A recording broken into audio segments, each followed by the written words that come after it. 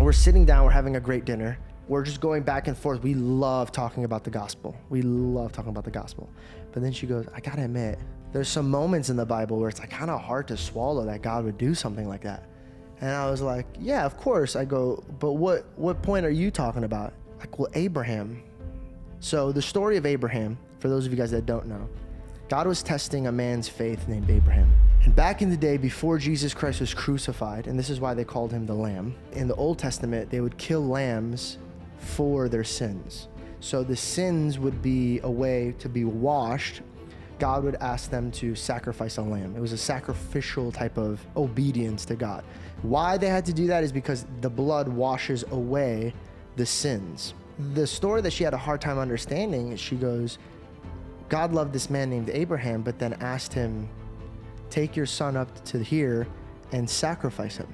Well, God steps in and doesn't let him do that because there's a ram there. I asked her, I go, what's so hard about that? She goes, I don't know, man. Like, asking somebody to take their son, George, their son, and kill them for your sins. And I go, yes. It's hard to understand, right?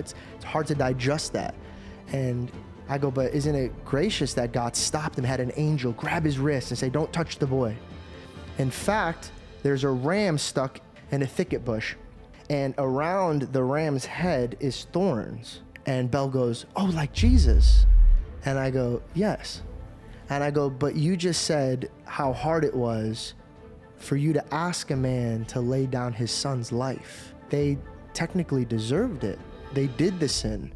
The sin, when you sin against God, it goes to death. Something has to pay it. God was merciful to let the ram be there. But you have such pain in your heart when you're asking, how could God ask this man to lay his son down for sins? And that's when I said, but that's what Jesus did.